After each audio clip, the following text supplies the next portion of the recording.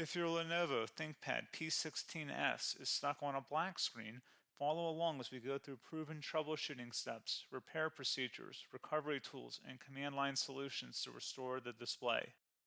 A lot of errors pertain to this problem, and we're going to go ahead and jump into what should hopefully be a pretty straightforward process, guys, and we're going to go ahead and jump right into it. First thing I'd recommend doing would be to actually go ahead and boot to the troubleshooting utility on Windows 11. So if you do a hard power off 3 times in a row, Windows should automatically attempt to launch the startup repair utility. And if it doesn't find anything, it will give you the option to select advanced settings, in which case it will take you to a screen that looks like this. Now, if it does not take you to a screen that looks like this, or you're unable to get to that, you can also download the Windows 10 Media Creation Utility, or Windows 11. They probably will make a creation utility for Windows 11 at some point. And it doesn't really matter, you can actually run the Windows 10 utility on Windows 11 as far as I'm aware. And you should be able to run the troubleshooting utilities built in within it. So you just would go ahead and download it to an ISO file and then burn it to a DVD or USB. It'd have to be about 4 gigabytes or more. It couldn't be a small USB flash drive, and it couldn't be a CD. It'd have to be a DVD. And then you'd boot your computer from it. So depending on the computer manufacturer, you'd have to tap a different key on your keyboard in order to launch that menu, in order to select what boot drive you want to go off of. So it could be anything between the escape key, F2, F8, F12, for example, and those are the function keys on the top of your keyboard. So you may have to just do a little bit of trial and error. Shouldn't take you more than a couple minutes. Googling it would probably be best before you even begin. But anyway, we're ready to go ahead and jump right into it. So we're on the choose an option page. So these will look very similar whether you're booting from it directly within Windows itself, or if you're plugged in a USB flash drive with the media creation utility installed and you selected the recovery option. So when you are setting up your Windows 11 installation or Windows 10, depending on the drive you're using, there should be an option to repair your computer in the bottom left corner of the dialog window, one of the first screens that comes up. You go ahead and select that, and then it would take you to a troubleshooting screen like you see here. And you want to go ahead and select troubleshoot, reset your PC, or see advanced options. And then there are going to be a whole bunch of options in here that we're going to explore in today's video. The first one, we're going to actually go underneath advanced options and then select startup repair, fix problems that keep Windows from loading. So go ahead and select that first.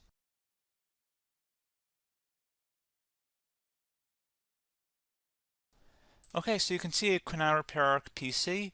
That was our first option we could try. Something else, if we go back into advanced options here and then select troubleshoot, we're going to go underneath advanced options again. You can go ahead and actually access safe mode by selecting startup settings. And then if you select the restart button, you have the option on the screen select safe mode with networking, which will give you a key on the screen. It'll tell you which key to press to enter that. I believe it's the F7 key. It'll do that for you. I'm not going to go over that in today's tutorial because I don't really want to go into safe mode, but you're more than welcome to attempt that by going into here and then selecting restart.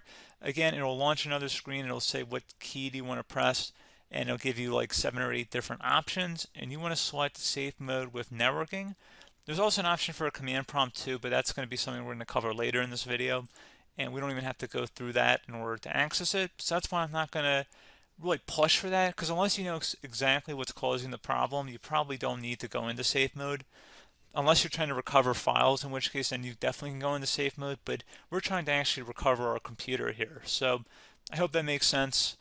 Something else we can also try here as well would be to uninstall updates, remove recently installed quality or feature updates from Windows. So if you go ahead and select that, you can uninstall the latest quality updates, which generally is the more day-to-day updates. Feature updates are the less regularly released ones, like the big ones. I would equate it to service packs in like Windows 7 and Windows Vista and Windows XP. So larger updates that occur once or twice a year at most. And the quality updates are more just a regular update. So probably obviously depend, it'll take longer if you're going to try and uninstall the latest feature update versus quality update. And maybe you don't need to go back that far. So just giving you guys a couple of pointers with that. Something else you can also look at here, and we're going to jump into the command prompt in a little bit, but you can select System Restore, which will use a restore point recorded on your PC to restore Windows. And this is something I would highly recommend here, guys. So select Next. Assuming you have a restore point saved on your computer, you go ahead and select the most recently created one, and you'll select next, and then you'll select the drive. You shouldn't actually have to select the drive. You can scan for affected programs, but we're going to keep it all default here, and then we're going to select finish. So once started, system restore cannot be interrupted. Do you want to continue? I think we're going to select yes. I don't think we have anything better to do on our computer right now, so just give it a moment here to initialize. It will take a couple minutes to run, obviously depending on how large your hard drive is and how much is saved on the system restore point. So just give it a couple minutes here.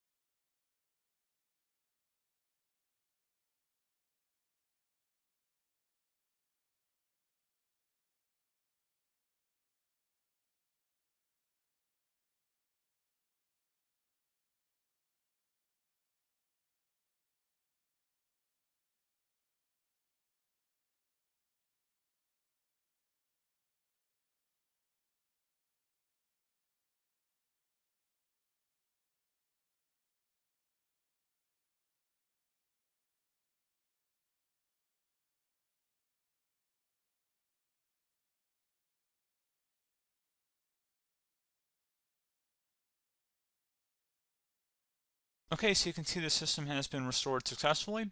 We're going to go over a couple different methods addition to that if that did not work. So I'm just going to pause the video and we're going to start back on the recovery screen that we started with. Okay, so a couple other things we can try here too. If you go back into troubleshoot, you can select reset your PC while you choose to keep or remove your personal files and then reinstalls Windows. You can select to keep my files, which will remove apps and settings but keeps your personal files. You can also select remove everything, which will remove all of your personal files, apps, and settings. So this is more of a factory reset, the second option here. First option, it should not delete all of your personal files. However, it will pretty much clear most of your programs. And keep in mind, there's no guarantee that your information, number one, is even still available and easily recoverable on your computer to the point that you actually would be able to recover anything. And the second point is that there's always a chance that it won't actually recover and it will just do a factory reset anyway.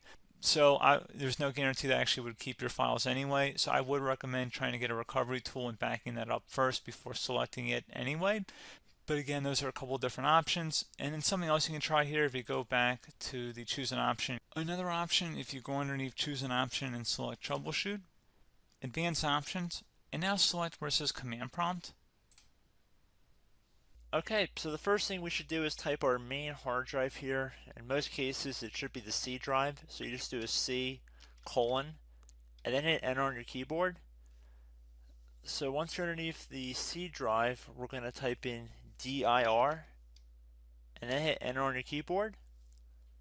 It should have program files, users, and Windows all in there. That's how you know you're in the right directory.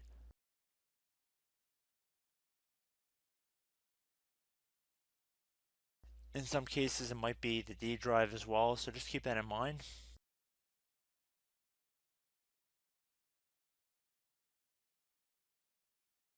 Next thing we're going to do is type in cd space / Windows / system 32 / config,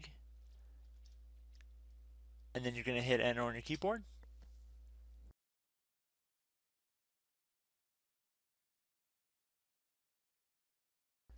So now you're going to type md space backup. If you've seen other tutorials, it might also say to put down md backup. That's because the backup name is pretty common when you want to back something up. So you can name this whatever you want, doesn't have to be backup. So if you've already made a backup folder in the past, you could do backup 1, for example. So once you're done setting the name you want the backup to be called, hit enter on your keyboard again.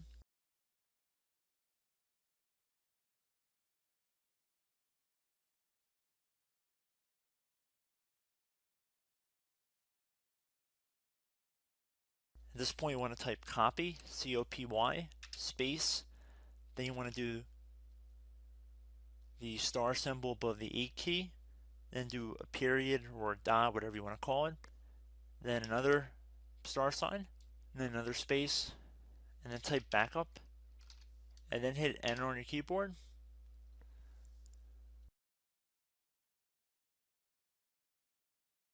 Now you want to type cd reg back, REG BACK, and then hit enter on your keyboard. So now that we are under the reg back, so now you want to type dir again, and then hit enter.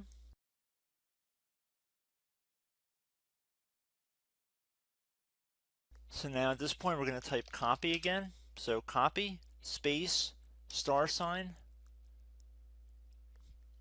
dot, another star sign, space, and then 2 dots. So we're going to type copy, space, star sign, dot, sign, star sign, dot, dot, and then hit enter on your keyboard again. So for overwrite, you want to overwrite all. So type A on your keyboard, so capital A, and then hit enter on your keyboard.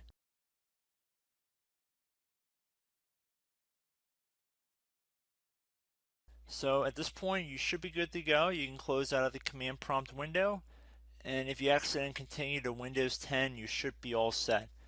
So I hope one of these 3 or 4 different methods we went through in this tutorial helped you guys out.